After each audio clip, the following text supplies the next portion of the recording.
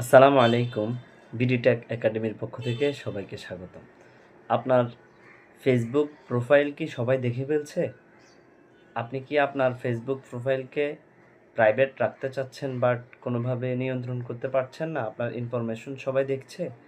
তাহলে এই সমস্যা যদি আপনার থাকে, আজকের ভিডিওটি আপনার জন্য। স্কিপ না করে শেষ পর্যন্ত দেখুন।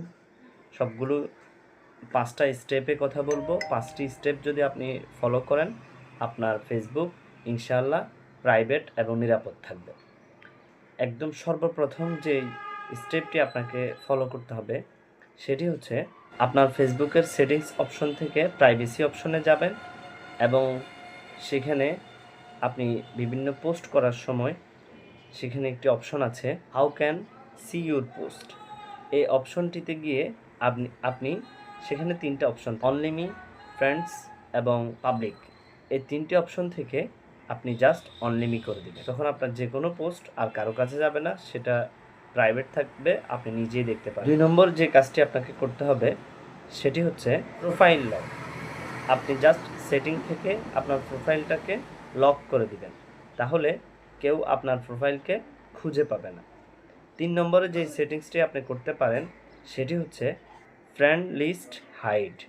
আপনার ফ্রেন্ড লিস্টটা আপনি হাইড করে রাখুন, তাহলে কেউ আপনার ফ্রেন্ড লিস্টে কে কে আছে বা কারা আছে এই ইনফরমেশনটুকু জানতে পারবেন। 4র্থ নম্বরে সার্চ এঙ্গেজ অফ।